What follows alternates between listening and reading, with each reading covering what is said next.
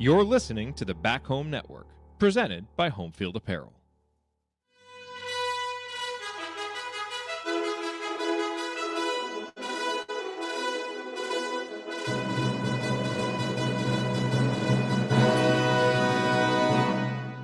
And welcome, Hoosier fans, to another very disappointed episode of the Assembly Call, as today your Indiana Hoosiers fall 89-61 to the Louisville Cardinals in the opening game of the battle for Atlantis.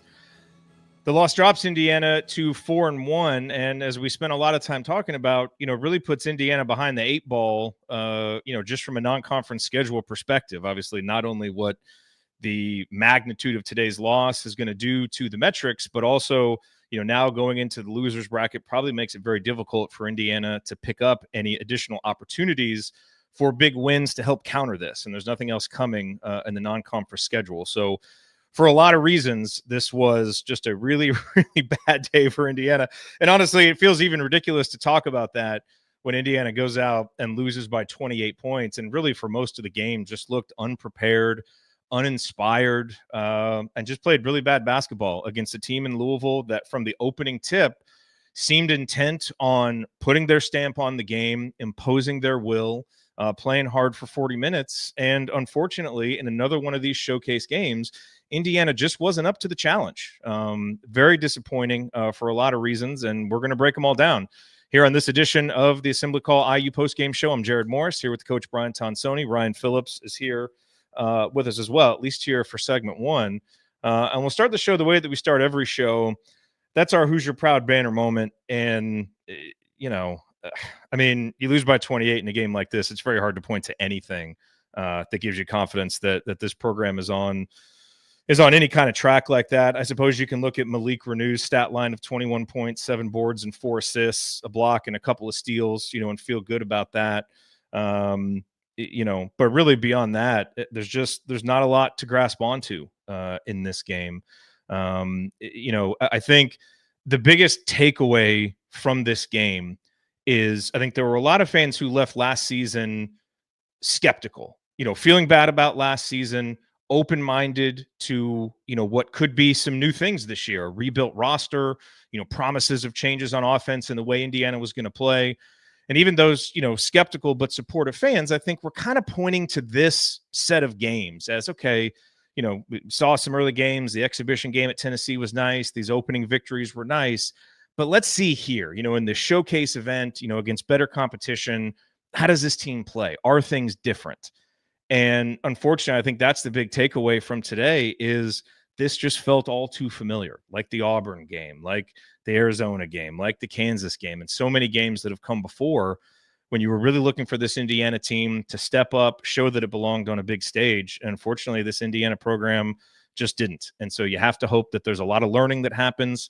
I think we all think that there is talent there. But when the talent plays this way with such a lack of discernible pride on the court, teams that are less talented than you can just come snatch a game away. And that's exactly what Louisville did today. So I wish I had more for you in the banner moment. But after watching that game for 40 minutes, I just don't. It was a very, very disappointing performance by Indiana in every way possible. Okay, our banner moment, as always, brought to you by our friends at HomeField Apparel, now in their 8th season, sponsoring the Assembly Call, and their 4th as the presenting sponsor for the Back Home Network. HomeField has the largest collection of vintage IU apparel that you will find anywhere. And since IU is their flagship school, you know that more high-quality gear with unique IU logos from the past is always right around the corner. Of course, they've been doing a lot for football season, re-releasing their famous 9-Windiana shirt, as well as several other new designs celebrating Curt Cignetti in this historic IU football season, including a 10-Windiana shirt and others. There's no better way to celebrate what the Hoosiers are doing on the gridiron than with a fresh new HomeField apparel shirt. They just released one today celebrating the bucket game. They also recently launched their Campus Classic pullovers, which are carefully recreated windbreaker-style pullovers from the late 80s and 90s that ooze nostalgia and comfort.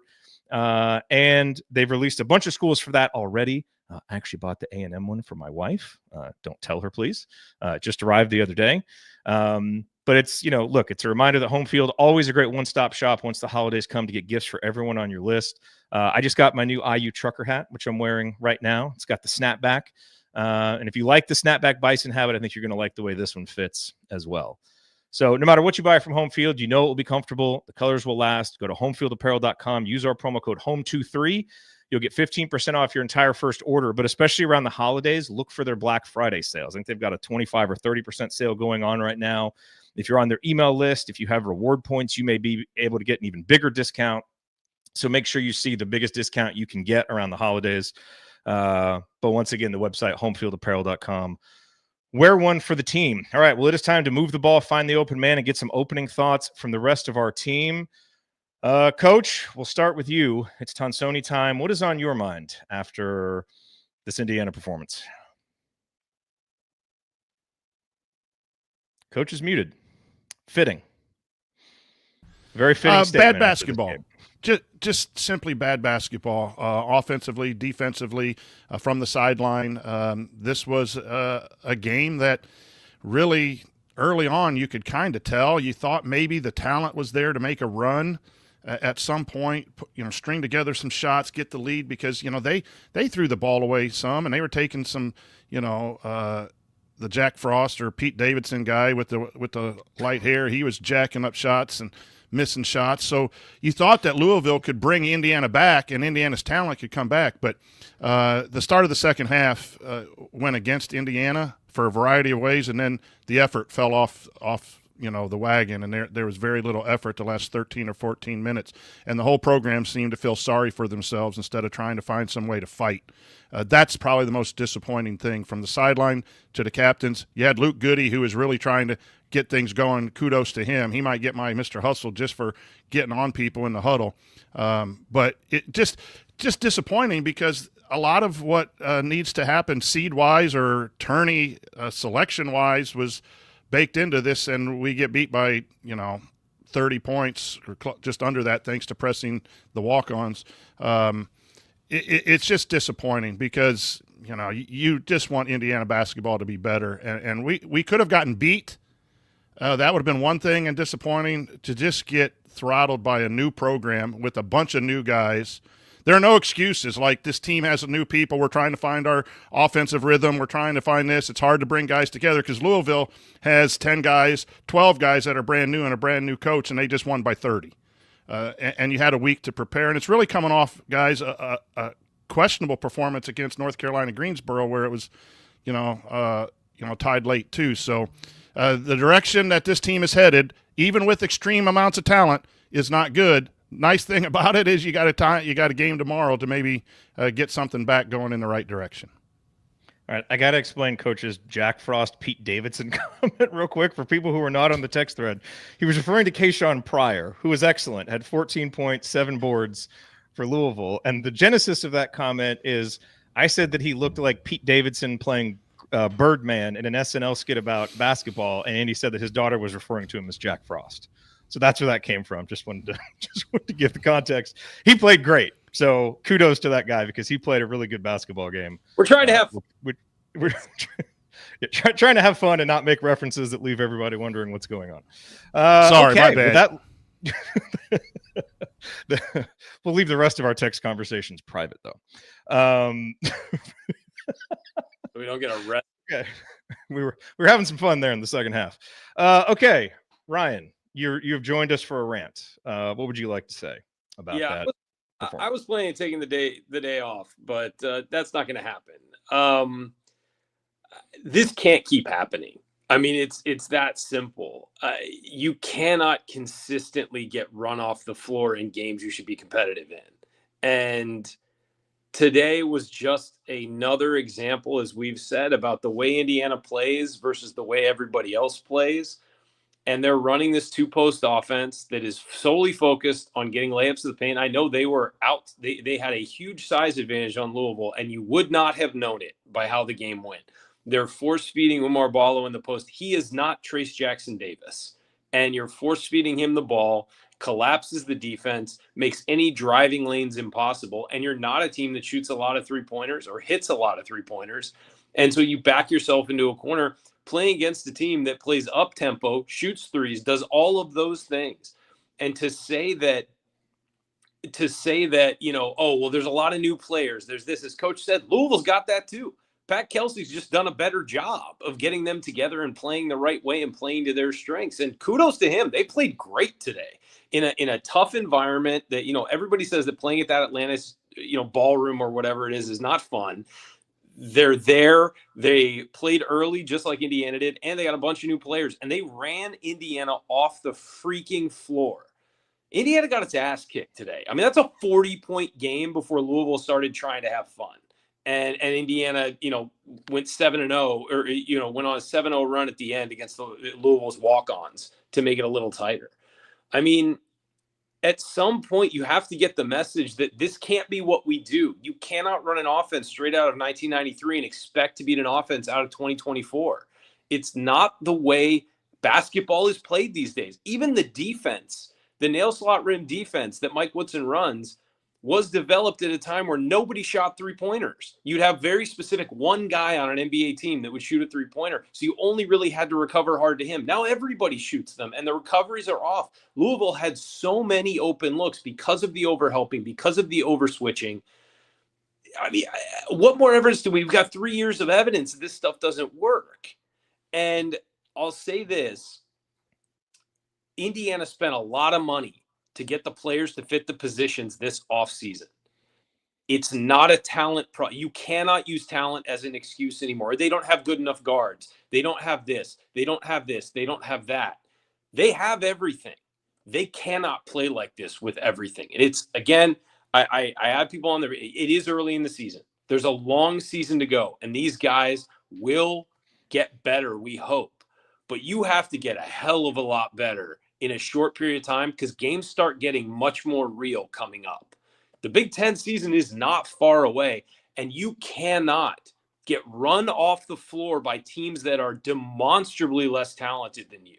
This was, I mean, everybody leaving that arena that has a Crimson and Cream shirt on and has any IU logo on their body should be embarrassed by what happened today. Absolutely embarrassed. Now, what do you do with that? Do you try and keep doing the same thing that hasn't worked? Or do you actually adjust and change things up to fit the talent you have and fit and adjust the scheme to your opponents, as opposed to just trying to force a square peg in a round hole forever? That's what you have to decide now. And this is, you could make excuses the last couple of years about not having great guards, not having this, not having, you can't make those excuses anymore. So it's clearly something else. And I would just say that looking at this, and I tweeted it out, watching games like this is why top recruits are picking other places that run different things, that have different things, that then are also competitive in these big games. Because when you're on national television as a potential NBA draft pick, you don't want to be on the side that's losing by 40. You want to be even. You want to make it look like that Duke-Kansas game last night, where even if you lose, nobody looks bad. That's a big problem with this program. It's why the center has been cut out of this program, and it needs to change now. And if Mike Woodson is going to be the one to do that, he needs to start doing it tonight, not in a couple weeks, not when we start Big Ten play, but tonight, because otherwise in March, they're going to be sitting at home watching on television. Yeah, agree with everything you said. Obviously, we've spent a lot of time on this show over the last 3+ seasons talking about, some of the strategic questions we have just in terms of how Indiana approaches the game and, and the challenges that presents in the modern game. But Coach, let me ask the question to you this way, because even with the way Indiana approaches basketball, we've won some big games. We've beaten some good teams. We've made the NCAA tournament a couple times. But what we've really consistently done is in these non-conference showcase events, it's been more than about the scheme. Like there's been something about our intestinal fortitude that has just gone. Like we just haven't seemed to compete as hard. And on the one hand, you could say, well, when you go up against teams that, play like this and you feel like you're just at a disadvantage, that kind of kills your energy. But like, what is it about these games in particular, do you think, where we just consistently see these issues? Because that's got to be more than just about the scheme. Like that's something deeper, it feels like. Well, what happens is maybe not when you rely on talent, and talent has to play well, go make a play, a lot of ISO basketball, a lot of post-up feed and stand in space. you've got to play at a high level, especially post presence. You got to score and be very efficient. You've talked about that. And when you're not, the other teams have equal talent and better scheme. And then you get down 10 or 12. And the kids know, too, like it's going to take a miracle to get back, pounding it into Ballo or TJD or whoever, and coming back from a 10 or 12-point deficit when you do not emphasize pace and you do not emphasize the three ball, it's hard to come back from. And I think what's happened against these teams that are top-notch is you get a little run or you get a little behind, and sometimes when you can stay even or have a lead, like the Purdue games in 22-23, that works. But there's not enough adjusting the scheme inside of games to counteract when things don't go the way they might have been planned. That's my best guess. I just think this team is not fundamentally sound and not disciplined. And so when the talent plays naturally above their head or at their level and can match someone, they're going to win games. But, you know, you've got to make sure that players are disciplined, and you won't win every game. We see it in our football program. There's a hell of a lot of discipline in that football program, and from not D1 NFL type guys that have a chip on their shoulder. These guys right now don't have all that. They're not playing with a passion. Maybe that's the best word. They don't play with a passion, and whether that's from Woodson or NIL or whatever, and it's just not a passion. They show emotion, but it's not truly connected like you see on some teams. That's just a good guess without being in there every day and seeing the vibe of the program. But you can just tell that once the turnovers started happening, the body language was down, their effort was down, and then it just, they got back to within 8 in the second half, and then all of a sudden a run, and it was done. And we've seen that way too much in the last 8 years, really, and not just take it on Woodson. But I think it starts at the top, to be honest. You've got to demand next play mentality, and that toughness. Talent can't overcome toughness. Talent has to have toughness, too, to win these big games. Yeah, I think, Coach, the starkest difference for me, I thought that game was scrambled in the beginning for both teams. Again, you're in a strange place, early tip, all of those things. It was kind of scrambled to begin with, getting comfortable in the game. But what struck me was Louisville stayed focused, and it was just a very focused attack. They knew what they were doing. They knew how to attack Indiana, and they kept going. And even when the shots wouldn't fall, they didn't get out of what they were doing. They didn't stop their energy on defense. They were just focused, and it looked like IU's attention span was drifting during that game. They didn't know how to attack Louisville. They couldn't break them down. As we said, I think that the offense just gets things bogged down in the paint. So guys like Carlisle and Rice, who usually are able to drive and break guys down, couldn't do that because Louisville just packed in the paint and dared Indiana to shoot the ball. Indiana wasn't shooting well. Indiana was turning the ball over. I mean, they had more turnovers than field goals in this game. I mean, that's insane. Yikes. But I mean, you can throw out all the stats in this one. Honestly, if you turned the score off and you didn't look at statistics and you watched the two teams, Louisville had more energy and they had more focus. Those two, you cannot win a game if you're beat with those two things. I don't care how talented you are. You have to know what you're doing. You have to be on the same page, and then you have to put in the effort to win. And I think that just all around, Indiana just looked like a team that did not care about winning. I'm not saying these kids don't care. I'm saying that's what it looked like. I know they care, and nobody is feeling worse about this loss than the kids on the team. But it didn't look that way. And it's just a lack of focus, a lack of effort. And with that comes a lack of attention to detail, comes loose passes. It comes, running up and down the floor and not, having a plan, all of those things. It doesn't matter how talented you are. You'll get run out of the building if you lose in those ways. And then then it becomes not cutting hard enough, not closing out to your shooters hard enough. All of that starts to compound. And you're also at the same time feeding the other team's confidence, which allows them to continue to attack the way they're attacking and just bury you.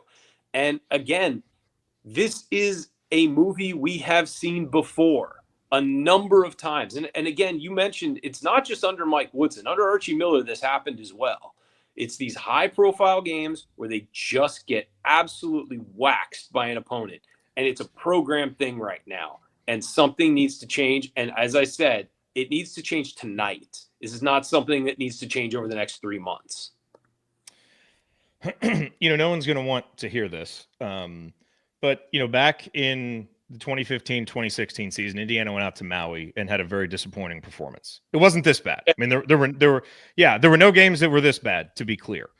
But they played poorly. That season started off very poorly. You had the horrible game at Duke, and that team was able to turn things around and play much better later in the season. So as alarmed and frustrated and disappointed as we are about this performance, it is important to remember that it's one day in November. Now, what has to happen, Coach, is you have to find a way. There's still 2 games left. You got 2 games left in Atlantis the next 2 days. And so this team has got to find a way to not let this snowball, And so, look, there's not going to be a great way now to come out of Maui or to come out of Atlantis feeling good after you played like this. But there's still an opportunity to get 2 wins. So kind of from a coach's perspective, like what happens between now and the tip of the next game, Coach, to try to get in the mindset to go win a basketball game? Because as disappointing as this is, again, all these games matter. And so you got to find a way to put this behind you and play with some pride and some confidence and some collective purpose, none of which were there today. And that's, you probably like to have, I don't know if you'd rather have a week of practice to go work on everything, or if the quick turnaround is better to just try to get this completely out of your system. I have no idea, but the reality is they got to play tomorrow. What has to happen between now and then in your mind to have a better performance? Well, the best programs are process oriented. So you've got to go back to your process. You got to go watch film. You got to break down this game. You got to put some edits together. You got to go talk about what happened, X's and O's, how hard you played, all of that stuff. Fix this.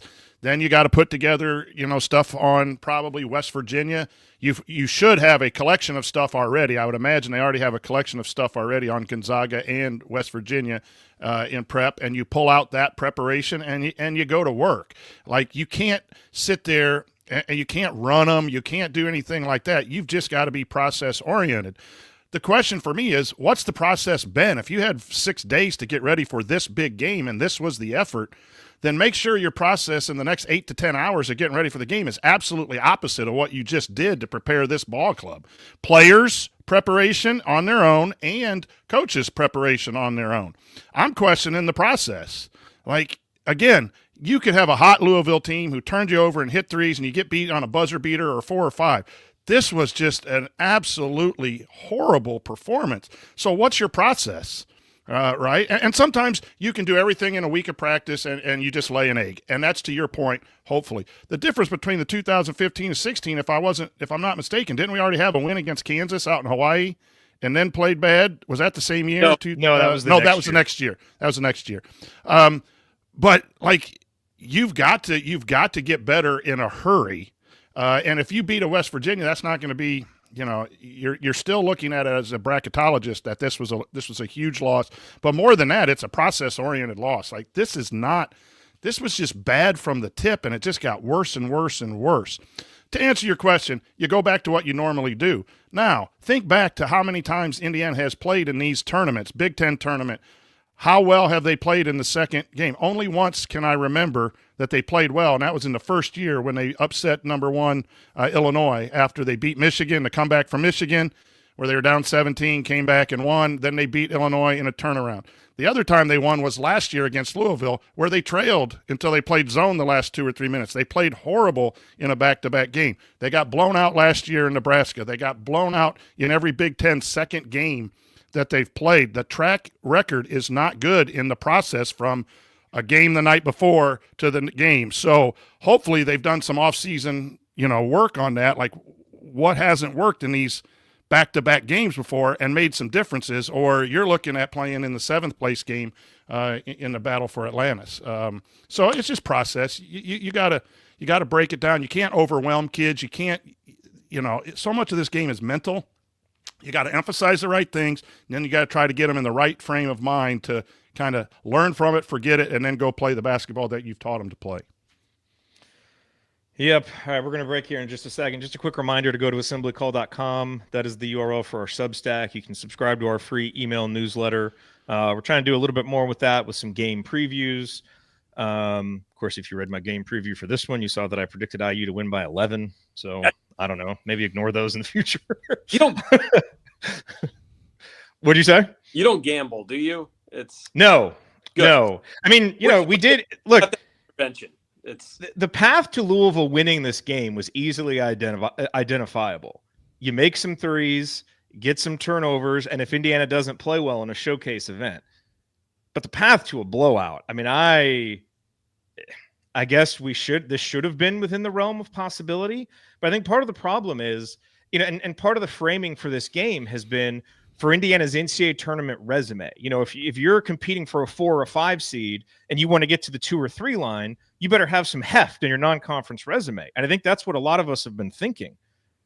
Today, Indiana didn't even look like an NCAA tournament team. And so that's where you've got to bounce back these next couple days and go win the kinds of games that just regular NCAA tournament teams win.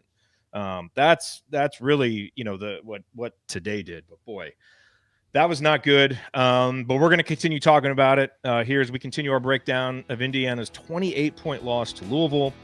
Point out today's meaningful moments you might have missed, which is going to start with guard play, and then we'll go inside the numbers to highlight a few statistical notes from the game. You're listening to the Assembly Call. Stick with us.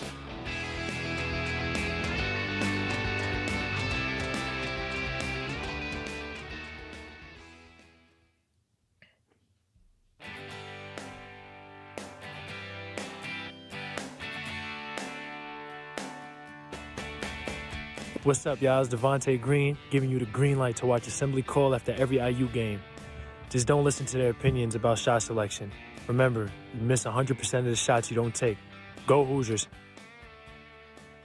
Thank you, Devontae. You are listening to the Assembly Call IU postgame show. I'm Jared Morris, here with the coach Brian Tonsoni. Ryan was with us. Where'd he go, Coach? I guess he did say he was just going to stay for the first segment. So maybe he's bouncing. Maybe he's coming back. We will see. But anyway, maybe I'll go. Yeah. Inside joke that will remain inside. Yeah. All right. It is time now for today's meaningful moment that you might have missed. Meaningful moments that you might have missed. This segment is brought to you by our friends at Hoosier Ticket Project, where they help individuals and families experience IU athletic events in person for the first time through the generosity of alumni and fans. To learn more about how you can donate money or extra tickets to help create meaningful moments for other IU fans, visit HoosierTicketProject.org. That's HoosierTicketProject.org. And also follow them on Twitter, because one of my favorite parts about this football season was seeing the Hoosier Ticket Project, tweets after all the games of all the smiling, happy IU fans that got to go attend, their first IU football game and be part of what has been just such a fun football season. And it's amazing that as a fan base, we have, a resource like Hoosier Ticket Project that is doing work like that, to match extra tickets with fans who can't normally go to games, and just the memories that creates. It's just awesome. So HoosierTicketProject.org, we love supporting them. All right, Coach, look, there are a lot of moments that stand out in this game. Unfortunately, a lot of them were either involve Louisville hitting a 3 or getting an easy backdoor play for a dunk or Indiana turning the ball over. But there was a play early in the second half, because look, what was this game at halftime? Indiana was down by 8 at halftime, which wasn't good. And it was like, man, Indiana really has some work to do. They've really got to bounce back. And then, I was really expecting kind of an inspired second half effort. Like, hey, we saw against Eastern Illinois, this team can play a bad half, but then they get fired up and they come back. And the start of the second half was even worse. I mean, Louisville jumps out 31-11 on Indiana through the first 2 TV timeouts. And there was a play in there. Louisville hit a 3. I don't remember. Oh, yeah. Okay. Louisville, they were up 12. So it hadn't started out very well, but still, it's a 12-point game. You got to get going a little bit. Louisville hits a 3-pointer.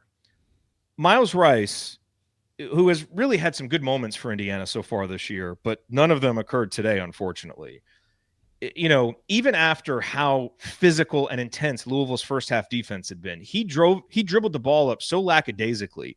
It almost felt like he was waiting for, I have to watch it again, but it almost felt to me in the moment like he was waiting for Coach Woodson to call a timeout. Like he just wasn't really, I don't know. It's like he just wasn't really into it. He got it stolen really easily. Pryor goes down and gets a dunk. All of a sudden it's Louisville by 17. Woodson calls a timeout. He's yelling at Miles Rice as he comes over, immediately benched him. And, Coach, it was just indicative of, really the entire day, which is that this rebuilt guard rotation that has really had some good moments early in the season just couldn't do anything effective today. I mean, Chucky Hepburn, who we've seen, like he's a nice player, but, Chucky Hepburn, 16 points, 10 assists, 7 steals, and really just kind of dominated Indiana at the point of attack. Miles Rice finishes with 3 points and 1 assist. Trey Galloway had no points, no assists. Kanan Carlisle, no points, 1 assist. I mean, our guards just weren't able to do anything, and I think last year we saw some performances like this when X was really struggling and Gabe Cupps just kind of seemed a little bit out of his depth. And, Trey Galloway had some moments, but he was a little bit inconsistent. It felt like we had put that in the rearview mirror. But today, all of that came back. I mean, this was a performance that was on par with the worst guard performances that we saw from Indiana last season. And that wasn't supposed to happen. I mean, Miles Rice was the all-freshman team last year. This isn't just a freshman or a guy who hasn't done anything. And we saw him play well against Tennessee in the exhibition against Zakai Ziegler. So I don't know what the explanation is, but that play to me just kind of summed it up. Chucky Hepburn came out to dominate a basketball game today, and our guys just weren't ready to compete with that. And you cannot win. I mean, no matter what your strategy is, if you're trying to dump it inside, whatever you're going to do, you cannot win with your guards getting physically and mentally dominated like ours did today. And it's not just the shooting. You can have bad shooting days. This was just not, they didn't look fully engaged in the game. And that's, I don't mean that like they didn't care, but it's like Louisville just took them out of what they wanted to do, and kind of, it's like we lost our spirit and our focus. And I don't know what you do about that, because that was supposed to be a lot different. And we've seen signs that it is different. It wasn't today. That's the biggest thing to me that's got to change between today and tomorrow is Miles Rice and Trey Galloway have to be do a complete 180 in how they play. You've got to help them, though. What was designed going into the game wasn't working. And we still did the same things. We ran that Princeton offense. We ran some ball screens. But Indiana guards need to be able to get downhill in Mike Woodson's offense. Chucky Hepburn and the other young men on Louisville pressured the heck out of our guards, and our guards couldn't get downhill, and they got frustrated, right? And they started turning the ball over. At that point, as a coach, you've got to have something back up. Maybe you didn't plan on using this. Maybe this isn't your ideal way of going, but you've got to have some pressure releases or some ability to get people shots. Mbako never got going. I think they ran one thing for him in the second half, and he caught it, and he messed it up to catch a little bit, or it was a bad pass, and he didn't get a fluid shot off. But again, this is where, the scheme inside a game, sometimes – you just got to go deep into your playbook and say, you know what, our guards are struggling. But Chucky Hepburn was the reason that this game happened from the very start. He was jumping. He jumped that first pass from Ballo back to Rice, which was a little lackadaisical, and goes down and gets a layup. And you're there at that point. It's going to be tough because those guys came. They wanted this one bad. And our guys – it looked like assumed that it was going to be a little bit easier. And again, you never say that guys didn't want to play hard or didn't want to win or don't want to do that. I think those are lazy arguments. But there is an intensity level. When you are extra jacked up to play, there's an intensity level. And when you're not, man, it's hard for a coach to kind of get you going. But as a coach, you got to try. You got to try to do something. And I'm starting to think that the laid-back sideline approach, other than a few assistants screaming and yelling, you see a lot of other coaches, and some of them, like the UConn guy, are way out overboard and not good. But sometimes as a coach, you got to bring some energy too. There's so much relying on the players to make plays, to find their own energy, to make their own adjustments. You got to help college kids a little bit, and the number of blowouts that happen, and then we just sit back and cross our legs and let the blowouts continue to happen is very disappointing for me, for any coach, not just this coach. And I know it's disappointing. I've been in many of those as a coach myself. It sucks to be on the back end of a butt whooping. But if you expect your kids to keep fighting, then you got to keep fighting as a coach. And we don't see that with Mike Woodson. Mike Woodson, when it's an 8-minute mark and they're down 25 or 26, he's done for the day. And that really bothers me. And a lot of coaches do that. But if you're a really good coach, I think you still keep coaching at some point or do something. I was expecting 5 subs at the 6 or 7 mark. Coach Knight did that at times. You guys aren't playing well. The game was over at the 7-minute mark, really. I mean, you don't ever want to give up, but sometimes you want to send a signal too. If guys aren't doing the things you want, or they're not running the plays, or they're not playing with a passion, there are some guys like Gabe Cupps and Leal that should come in before the 2-minute mark in a game like this. That stuff festers in the minds of young ball players too. And that can just sit in the back of it and creep out at times too. You got to do something to shake it up. You can't just sit there and say it's okay to get beat. And Coach isn't. I mean, he's not happy. He's not going to sit back and do nothing. But, man, the last 5 or 6 minutes of that's what we fans do, Go get a cup of coffee and go do those things. But you've got to find a way to make adjustments and then keep fighting and give the young men something they need, or at least go down fighting, in my opinion. Yeah, I think you hit it early in that answer, with just the purpose Louisville had. Like, they came out desperate to win this game. Yes. And I think maybe if we kind of face another team that, like, we looked like we were kind of wanted to ease in to the Battle for Atlantis experience. And sometimes you see that in these kinds of tournaments, and it's just kind of a sloppy game. And then maybe in the second half it gets going. But it's almost like they had broken our spirit before then, because they were not going to ease into this. I mean, they came out to just grab this game from us early on. And, there were a couple of early moments from Omar Ballo that were good. I thought Renew had a few moments early where he really showed some fight and some pushback, but it wasn't a collective thing. And for Louisville, it felt collective. And that is one of the biggest red flags to me coming out of this game, because that's a brand new Louisville team, and we have some new pieces, but we've got a core. Trey Galloway's been here. Malik Renew has been here. Mackenzie Mbako was here last year, and we looked like the team that had all just come together, for this tournament.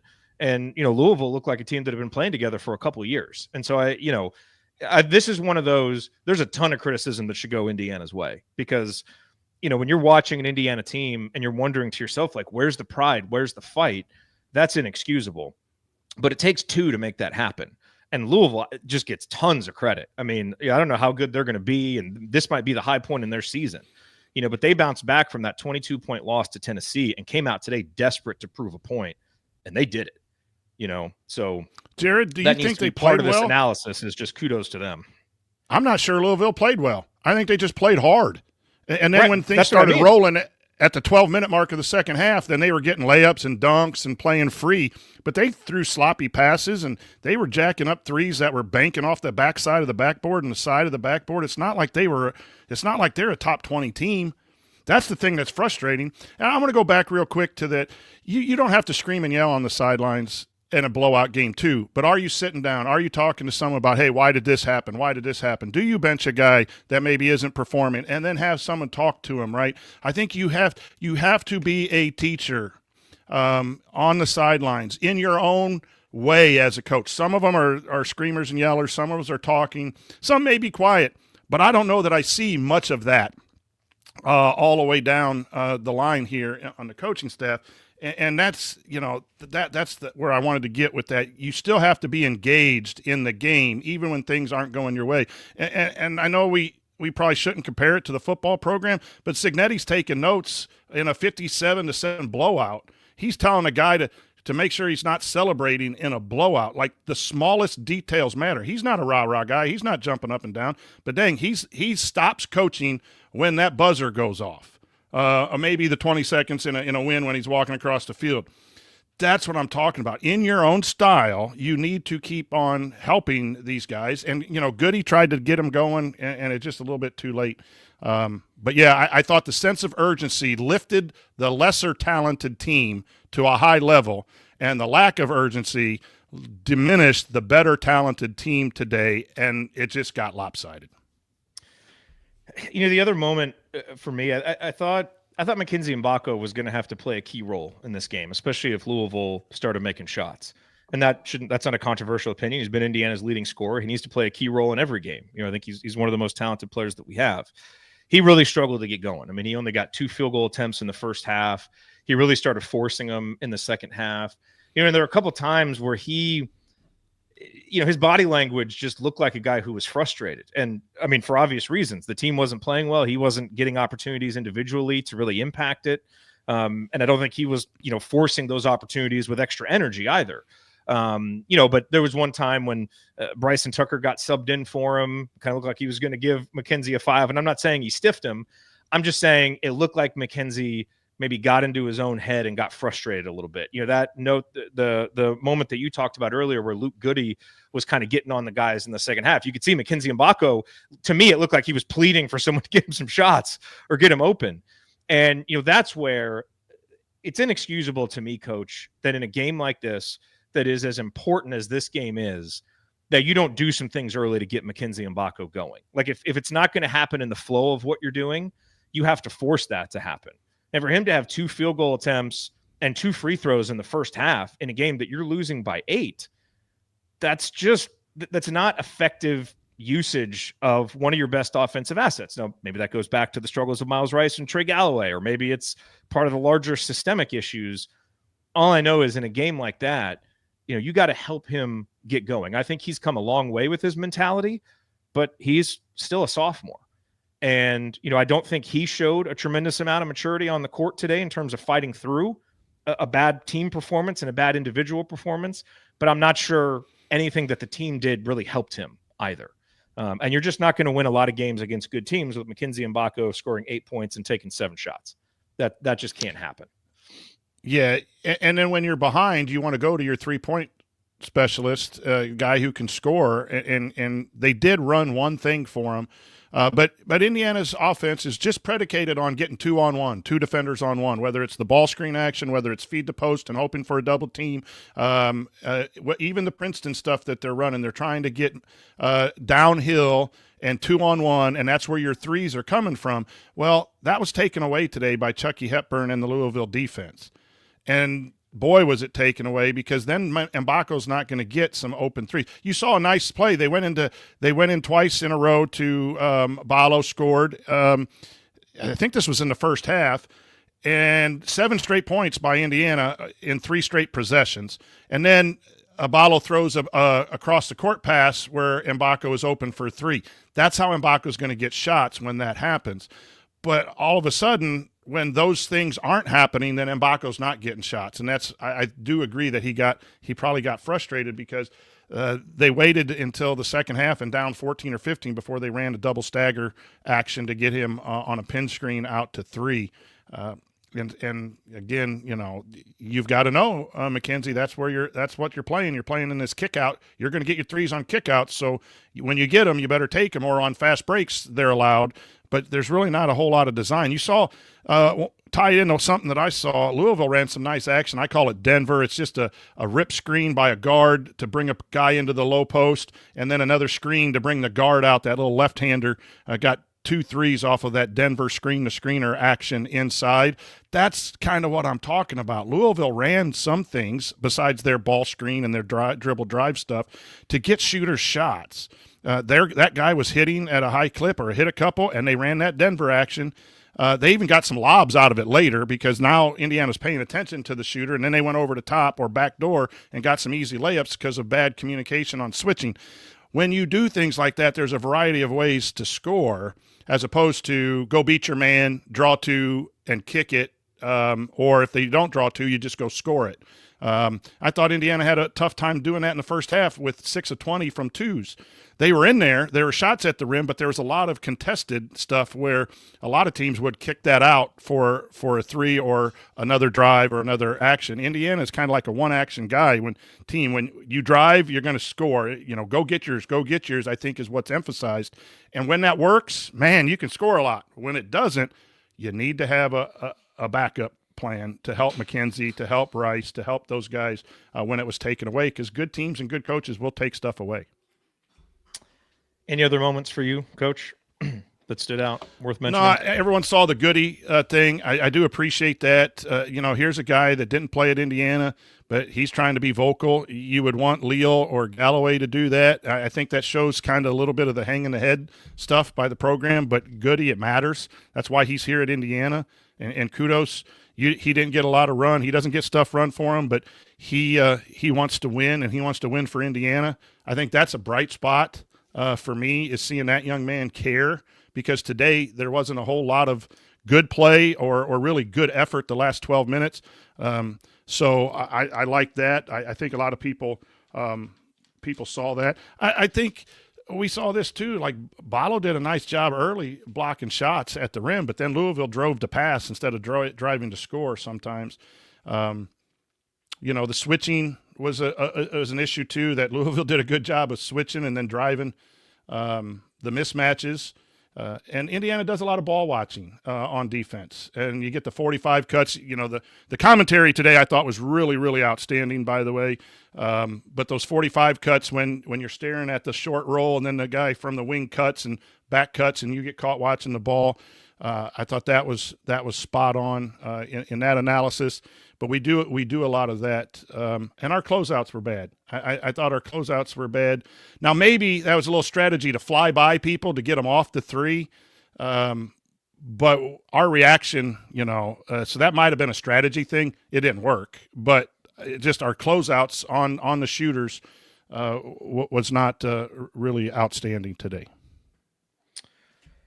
All right, time to go inside the numbers, brought to you by Jackson Hewitt Tax Services. If you live in Bloomington or the surrounding areas and you want your taxes done right, contact our friend and Chat Mob Hall of Famer Megan Mahaffey and her team in Bloomington, Bedford, and Martinsville by calling 812-339-3334 or by visiting jacksonhewitt.com. Coach, this can be a very short segment because today was not a day about numbers. Today was a day where really any 5-minute stretch that you watch this game, you saw Louisville taking it to Indiana. And as you pointed out, not always with great execution, but with a purpose for what they were doing, and more toughness and just more quickness to the ball and getting to loose balls, all that stuff.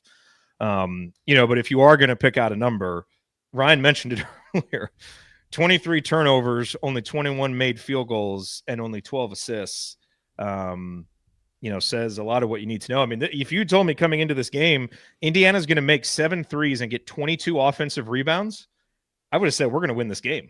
Those two numbers right there. But obviously you have to know the full context. Indiana, hits a couple of threes very late in the game that didn't matter. So that kind of skews that number. And, while the offensive rebounds were nice, Indiana goes 4 of 19 on layups, so just not able to really do anything with the offensive rebounds. Did get 23 second chance points. So that did help, but it didn't change anything about the outcome. And that's, part of the problem is Louisville had 35 rebounds of their own. Tennessee, when they beat Louisville by 22, Louisville forced them into just about as many turnovers, but Tennessee, I think, doubled them up on the boards, and just did some different things that Indiana wasn't able to do that helped them win that game by 22. And this was almost the exact opposite for Indiana. So, not a whole lot of numbers worth talking about, but those are the ones that jumped out to me. Any others that you think are worth? Well, I'm gonna stay on the negative side. Outscored in the paint 48-20 for a team that wants to go inside and emphasizes to go inside.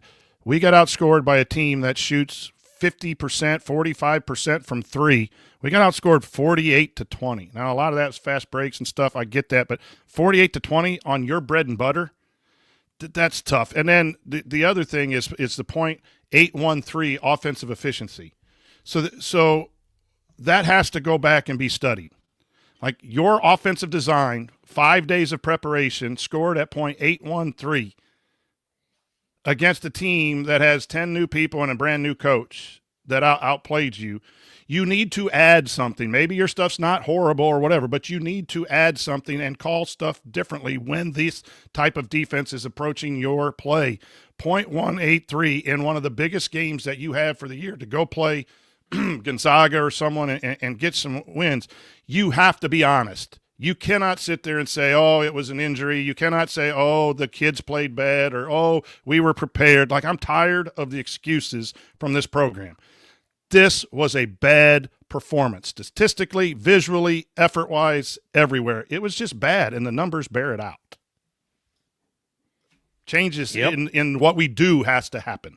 That's all I'm going to call for. Change what we do. Process some of the strategy, maybe some of the rotations, but change what we do in these types of games. Yep. All right, coming up in our final segment here in this edition of the Assembly Call, we will hand out our game balls and our Hoosier Hustle Award, discuss a lingering question or two, and then look ahead to what's next for Indiana.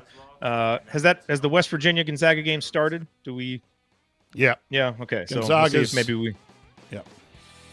Okay. Up 5. We'll talk about who Indiana might be playing next. That's all coming up on the Assembly Call. Stick with us.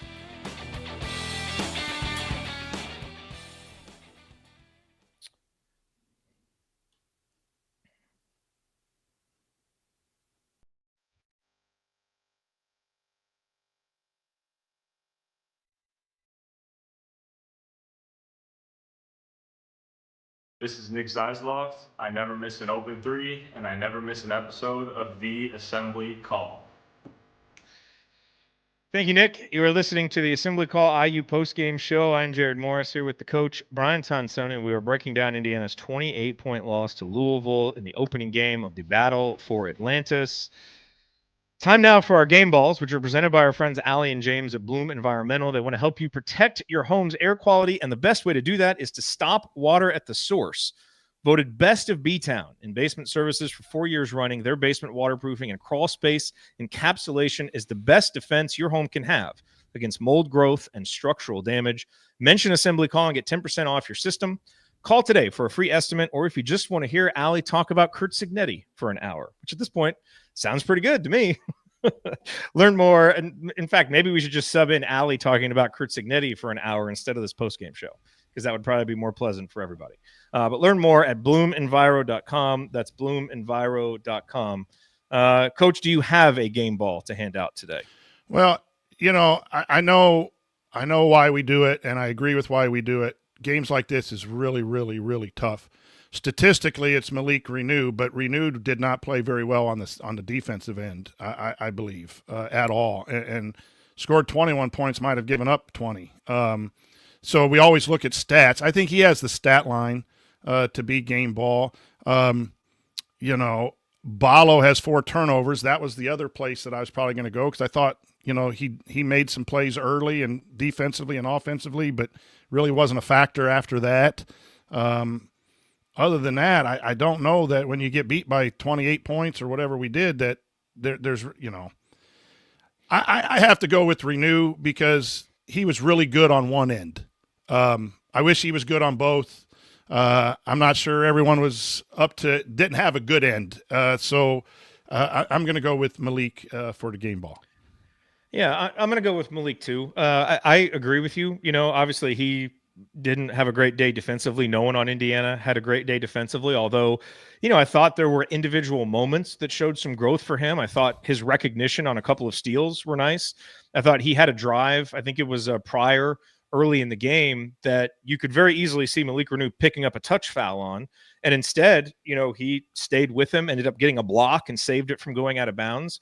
So I thought there were some individual moments from Malik defensively that were good. But overall, I agree with you. But at the end of the day, 21.7 boards and 4 assists, even when you're getting your butt kicked, someone's got to produce something to keep you going. And Malik Renew, he was at least out there doing some positive things. And it's a very low bar for a game ball in a performance like this. So I think he gets it. And the other positive that you can take away from it is Malik going 2 for 3 from 3 and hitting 5 of 6 of his free throws. And that obviously is something. If you look at Malik's season now, he's 3 for 8 from 3-point range, and he's 18 of 21 from the free throw line. And so, for Malik, if he can make free throws, that's obviously big because, that can get you some kind of hidden, we call it hidden efficiency for Indiana because we've been so bad at free throws for a long time. So it feels like you're like cheating the system somehow. But if the free throw shooting can be better, and if Malik can step out and make some of those threes consistently, it's been a big question for him. We haven't seen it really be a featured part of his offense, but on a day when almost nothing went right for Indiana, Malik flashed the skills that make him a productive player and a tantalizing player. Part of the problem with Malik, of course, is just the fit and how do you build winning lineups around him. But he is still a guy who can go out and produce even when the rest of the team is really struggling. So there's not a lot of places you can go for a game ball, but I think Malik is the pretty obvious choice in this one. All right, and now it is time for the Hoosier Hustle Award, sponsored by our friends at Evansville Security Services.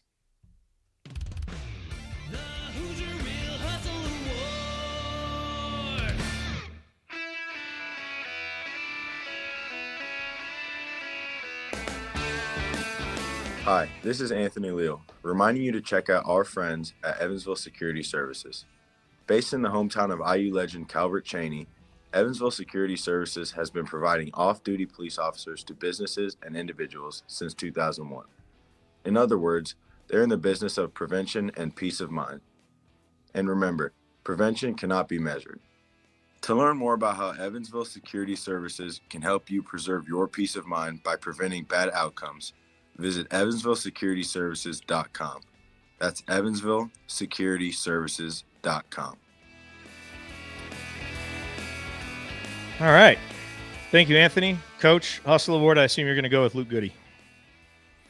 Well, we're catching a few strays, and we deserve them from the chat for game balls and Hustle Awards and this. So, I'm with you, chat, on that. But we do want to find a couple of positives here every game. That's just the way we do things. So, go ahead, take your strays at us. We're resilient on that. But Luke Goody for his attitude. That's really not a hustle play, but I didn't see too many hustle plays today anyway. In fact, I saw a lack of hustle on that play you mentioned where the loose ball after a three, it was 43-31, then Louisville hits a three, and then the ball gets stolen. Everyone from Louisville made it down to the end, offensive end, and 3 Indiana Hoosiers did not get past half court coming back. A missed layup, something like that. You never know when it could happen. And that was – with 16 minutes or 15 minutes left to go. So there was a lack of hustle play there that was indicative of most of the play tonight. But Luke Goody trying to get people to play, I guess, is the one thing that I can put into that. I am happy that he showed that. Now it needs to be listened to and applied in tomorrow's game, most likely against West Virginia. I'll give a hustle honorable mention to Anthony Leal for hitting those 2 threes at the end of the game. That at least it can help some of the metrics that don't. That press was great against the walk-ons. Hey, okay, and I will say, and that's a fair thing to say, and it is the most backhanded of compliments. However, to be fair, we have been asking this program to play for 40 minutes because the metrics matter and every possession matters. And so in whatever metrics don't cap win margin, maybe there was a difference between losing by 35 and losing by 28 or whatever it was. And so at least we did that. I'm really not serious about that. Look, I got to give the Hustle Award to all the fans that went to the Bahamas and support this program. It is, look, a lot of fans who have traveled for this program to Vegas, to Kansas, to the different places, to the Auburn game have gotten kicked in the teeth for going. And yes, you get the fun of the trip and seeing fellow fans, but the foundation of it all is hoping to see Indiana basketball play well and show some signs that we belong on this stage. And yet again, not only did we lose, we look like we didn't belong. And that's hard, man. And there were a lot of fans who were there, who were cheering, who wanted any reason to get into that game. And Indiana just didn't give it to them, but yet fans keep showing up. And so for all those people, I guess, we don't need to like overpraise people for going to the Bahamas. Like, hopefully they can still have a good time. But if you're there to support Indiana basketball, and Indiana basketball does this for a fan base like Indiana that is so emotionally invested in basketball, a loss like this can kind of ruin a trip to the Bahamas. So I give credit to the people. It's easy to hop on post-game shows from our house. Honestly, I mean, that doesn't cost us a whole lot to do, but the people who actually go and spend money and are there, cheering in person, I give a lot of kudos to those people, because that's what has kept this program going, and continues to, and eventually we're going to play in some of these games and we will get rewarded. You will get rewarded who go, but unfortunately today was not that day. I hope you get a lot better basketball the next 2 days, while you're out there. So hustle award to all the fans who were there in person. All right, Coach, it is time for a lingering question. And the first lingering question is, who is going to be sitting by you for the bucket game? Because we have breaking news here in the chat that you have an extra ticket to the bucket game coming up, which is huge for so many reasons. IU Purdue is always a big game, but Indiana 10th in the college football playoff rankings. I think everybody feels like if Indiana can go out and do what they need to do against Purdue, which is dominate them. I think Indiana's favored by 3 or 4 touchdowns, something like that. If Indiana can go dominate Purdue, that'll be enough to secure our spot in the college football playoff. Kurt Cignetti has asked students to come back, fans to come back. We know how important that atmosphere at Memorial Stadium has been for some of the big wins there. And now you have a chance to sit next to Coach, forget about the Indiana-Louisville basketball game, and go cheer on the Hoosiers as they try to bring back the bucket. Okay, how should we do this? Do you want some sort of something people have to do, or do you just want the first person who emails me at jared@assemblycall.com to get the ticket? What do you think? It doesn't matter. I was thinking maybe the first person in the chat, maybe that could guess my college GPA or the closest college GPA if you want to go. If you need a ticket and sit and talk some sports with me, or just get a ticket and then go sit somewhere else, that's okay too. If you don't want to sit next to me, I don't care how we do it, Jared. I just would like a Hoosier fan to go. My son's coaching basketball that night, so. Let's see. Brian S says 2.89. That seems way high. Brian Toohey, incorrect, but I love the answer. Brian Toohey, 0. I may have had a semester very close to that. Jen says, how low can we go? Yes, we're negative numbers awarded for the GPA. Oh, look, we've got a 900.99. Okay, now let's do it this way. The first person, so we can get it timestamped, the first person to send me an email, jared@assemblycall.com. And that way, if it's someone listening on the podcast who's not here live, send me an email, jared@assemblycall.com. And then obviously we'll follow up and make sure that you can actually go. But let's do it that way. So I'll go check my email after this, and we'll see the first person to send me that email. So look, Coach, the 2.91. It fell every semester. 2.91. So wait, so the first guess was actually pretty close. The first Brian guess S at 2.89. All right. Well, since we did say guess, Brian S, if you email me, since you went 2.89 and we'll use Price is Right rules, you didn't go over, we will give it to you since you were the closest. And if you can't go to the game, then we'll give it to somebody else. But email me, jared@assemblycall.com, and we'll get all that figured out. Oh, Brian says I can't go to the game. I'm in Florida. Okay. But great guess. Excellent guess. Great guess. That was my post 21 time, kind of brought my GPA down from my freshman sophomore year. Okay. So lingering questions. The first lingering question is, who is Indiana playing? Coach, do we know that we know the time of the game? Let's get the Battle for Atlantis bracket here. What is going on in the West Virginia Gonzaga game right now, Coach? Are you watching it? Oh, it's at a commercial. I didn't get to see a score. Last time I saw it was a 7-point lead for Gonzaga early in the first half. They're at a commercial right now. Okay, so obviously, we expect Gonzaga to win that game, but I don't lingering questions. Who is Indiana going to play? I'm not sure that breaking down any kind of matchups makes any sense right now, because we all did that until we were blue in the face with this Louisville game, and then the game unfolded in a completely ridiculous way. So, our lingering question is basically the question that I asked you earlier, is how does Indiana rebound from this? let me ask it to you this way. Tomorrow or the next time we talk, I don't know if we're going to have a post-game show tomorrow because it's Thanksgiving. And so we're just going to play it by ear. So kind of watch the Substack and Twitter. And if we are going to do something, it might be quick or it might be late night, but it's definitely not going to be right after the game. But let's say that Indiana does win, Coach. And let's say that, the rest of these two games go a lot better and we end up 2-1. Like, what do you think are going to be the reasons? Like, what are we talking about as, hey, okay, this was a failed trip because of the Louisville game, but at least we can take a couple positives out of it because of this. Like, what would be your best guess at what this is?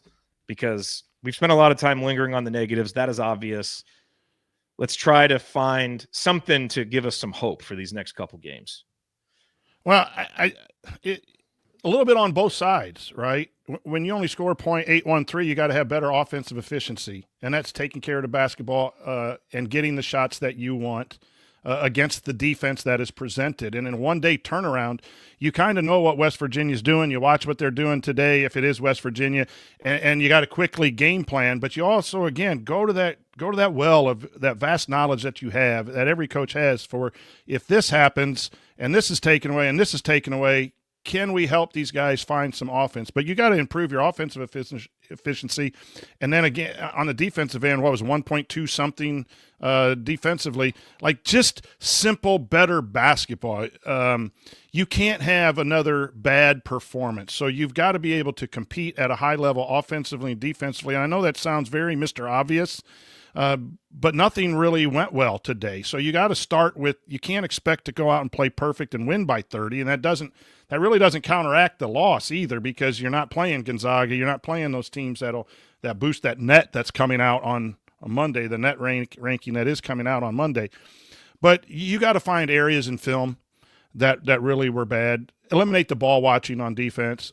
Close out better, whether you're flying by or you're closing short. Like, pick 2 or 3 things tonight in film and really try to get that better, and that ultimately should lead you to a win because you have the talent to fall back on, right? The talent for this team can go far just by talent alone, even with bad coaching, bad emphasis, bad whatever. The talent is really, really good. Coaching then adds to that. So what are the 1 or 2 things you're going to do that really were bad today that you can improve in 24 hours or less than 24 hours to try to come out with another couple wins and then get back home and get ready for the start of the Big Ten and get better and get better and get better. This team needs to get better fast. Under Coach Woodson, it plays better in the back end. 5-game winning streak last year, but it was not enough. Like we've said it early, that you have to play better earlier. So really dig in tonight with your staff and your players and try to fix those few things that could get you on that process to get better. Yeah, West Virginia right now ranked 71st in KenPom, coached by Tucker DeVries, one of their main players. They were on Drake, right? Yeah, they were at Drake last year. Yep. Yep. Javon Small is a guy that I think Indiana looked at in the transfer portal. Was he the guy from Oklahoma State, I believe? Yes. Yeah, he played at Oklahoma State last year. Good shooter. So, again, we're not going to spend a whole lot of time looking at this, although, the one thing to note about West Virginia, they take a lot of threes. Almost half of their field goal attempts are from 3, and they've been making them this year. So, their one game against a good team, Pittsburgh, they lost by 26 points. 24 points. But look, I mean, we just, it's not even worth breaking it down because until we know what Indiana team shows up, it doesn't really matter who the opponent is. And if Indiana plays like they did today, they'll lose to anybody in this tournament. So Indiana just has to bounce back, dig deep, and find a way to play basketball that, more closely resembles big-time basketball. And unfortunately, these showcase events, we just have not been able to do that. All right, we appreciate y'all being here listening to the Assembly Call IU postgame show. Remember to check out our friends at HomeField Apparel. If you don't have a promo code, you can use HOME23 at checkout to get 15% off your first order. But it's Black Friday, Cyber Monday. There's going to be all kinds of sales going on. So make sure that you check out their socials and their emails and all that stuff because you can probably get 30% off right now. So load up, order as much stuff as possible because it's all high quality and people will always be very happy at Christmas to get HomeField Apparel. All right, Coach, last call. Any final thoughts on this Indiana performance? No, it was a bad performance, and I know the tone of all of us on the show, in the chat. We're all bothered, upset. Be thankful. It's Thanksgiving. Find something to be thankful for. Help someone else. take that anger and do something positive with it. But as far as basketball, you can turn around again and win a game and then win another game. And I know those 2 games aren't really going to boost your resume, but winning 2 more is better than losing. And we are Indiana Hoosier fans, and we're all going to show up, and we're going to root like heck for them to win tomorrow and fix the problems that they had today. We'll be honest in our criticisms and evaluate as fans, but we hope that things turn around. But don't forget the season. Have a happy Thanksgiving. I thought the chat, Jared, was really, really solid today. In fact, they're frustrated. They were criticizing, but it never got super personal. And they made some outstanding basketball points. I'm sorry that I didn't point out some of your names in there, but I really thought that our followers here understand basketball. And I thought the comments that were in there, basketball-wise, is what was wrong and what's going on and coaching and that. I thought they were very fair, and I applaud you for that. But let's hope that we see a win and we spend some good time with family and friends tomorrow, and then we just kick the shit out of Purdue on Saturday and make the college football playoff. Yes. Yeah, the last thing I want to say is, we made a very firm decision coming into the season, Coach, that we're not going to treat every game as a referendum on Mike Woodson as Indiana's coach. Every game is a data point. We will talk about those questions at the end of the season. This was one game. It was a very, very bad game. And the worst part about it is how familiar it felt, because we've been here before. And I think there was some real legitimate hope that things were going to be different. Hey, the talent is different. The guards are better. The offensive approach is going to be a little bit different.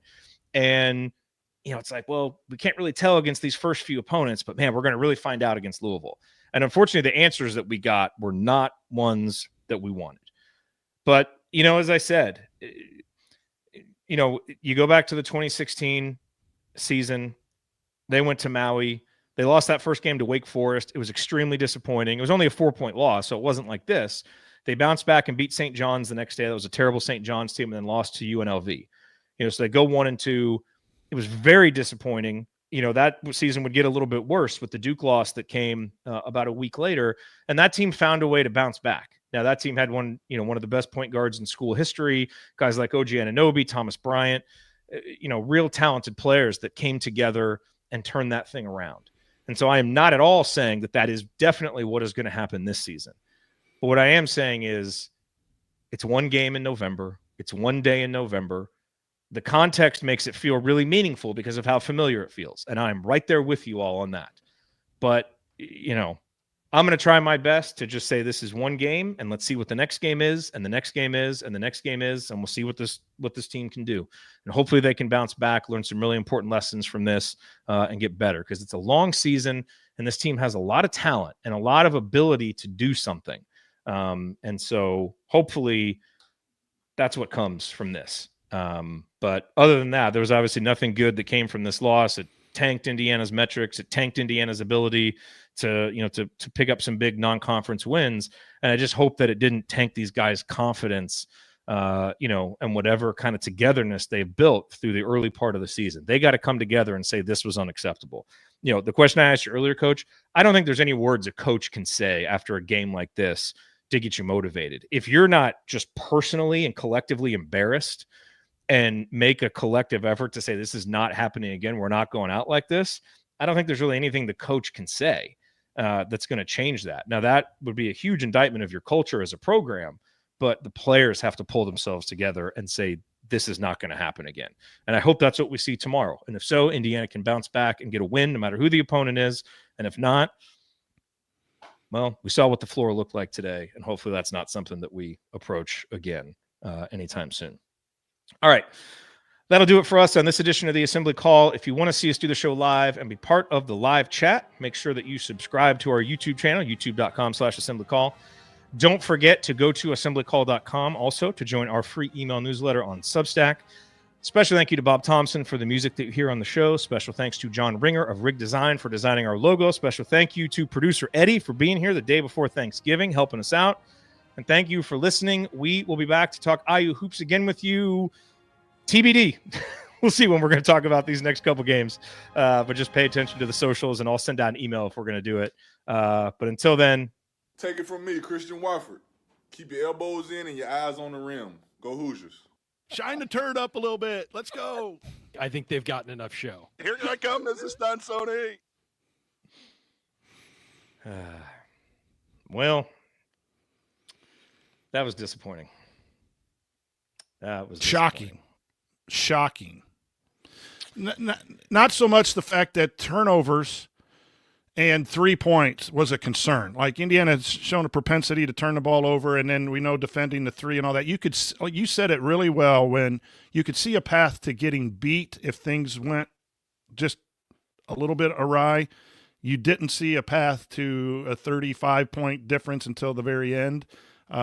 That's most shocking to my system right now that I got to kind of figure out in my mind how to process that.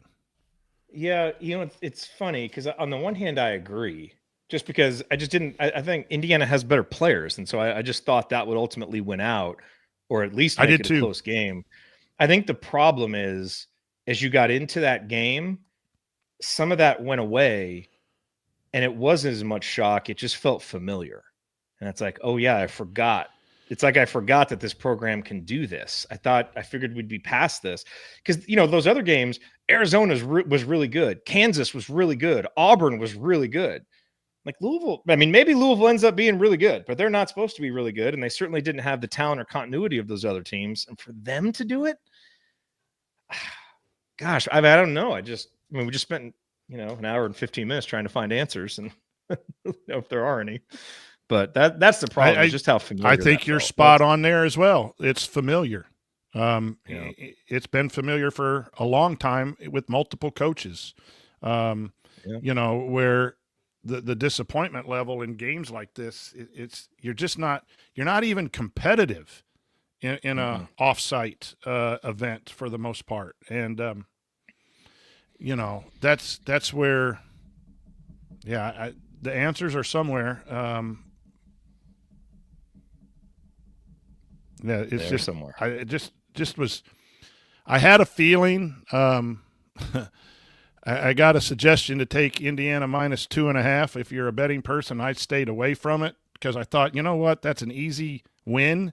I think Indiana should win, like you said, by 11. But there was just something going into it, like I gotta see, right? And I didn't see. I didn't see what you wanted to see from an Indiana basketball program. And when I said IU by 11, I meant they'd be playing by 11 Central, because that's when it tipped. That's what I was saying. No, but why would you think there's nothing? There's the Ken Palm numbers. I think Torvik had us as a 3.5 point favorite, and I don't know what Ken Palm had us at right there. So. Well, that's part of the problem is the analytics you're don't not know wrong enough about teams right now. They can get things really wrong early in the season because you're still learning about these teams. But talent-wise, have a good ride. You cannot sit here and say that we were on the lower end of the talent pool in this ball game. No. Like, we have better talent. Hepburn played really well. That Edwards kid hit some shots, right? And there's some kids that played really well. I think that Louisville played better, obviously. Oh, geez. Yeah. But from a pure talent, and you just expect it. I texted my boys at halftime. I said, hey, we'll win this game because talent will go on a run.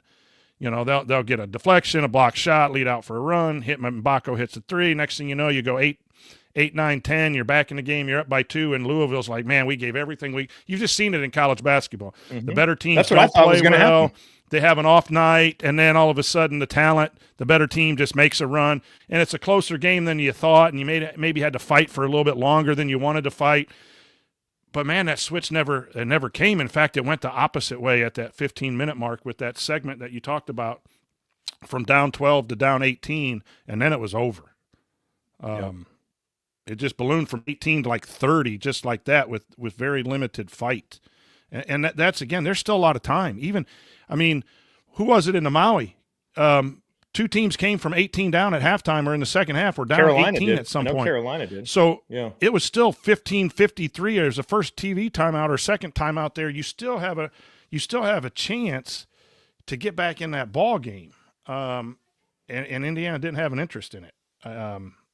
For whatever reason at that point. That's where the shock comes comes for me. Yeah. Knowing the importance and knowing that you made a choice to bank on this tournament. Yeah. Players and coaches, the sense of urgency that was lacking today is really bothersome, because I thought this would be a game like you go play Purdue. You get up for a game like Purdue and you elevate everything that you do because you have a sense of urgency, and you got to try to get your team to do that 31 times. You're not going to get that all the time, but you want to at least get it in the games that are really, really, really big. Oh, well. Oh, well.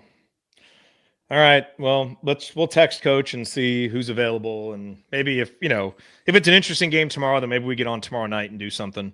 Yeah, I'll be home late. Maybe... Okay. I'll be home like 9 or 10 Eastern time from my trip. Okay. Yeah, or maybe we do it Friday and just talk about both games. We'll see.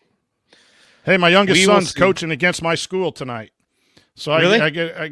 So all my students are playing against my son tonight. It's one of those where I got to kind of wear neutral colors and be quiet about who I cheer for and everything. So it's their first game of the year. Oh, you're rooting for your son. Come on. Oh, absolutely. But, okay. I know. For appearances. For appearance-wise, I'm going to silently clap. And yeah. So. All right. Well, good luck to him. Hope he goes out there and gets a W. All right, everybody. Thanks, everyone. Talk to you soon. See y'all. Good night.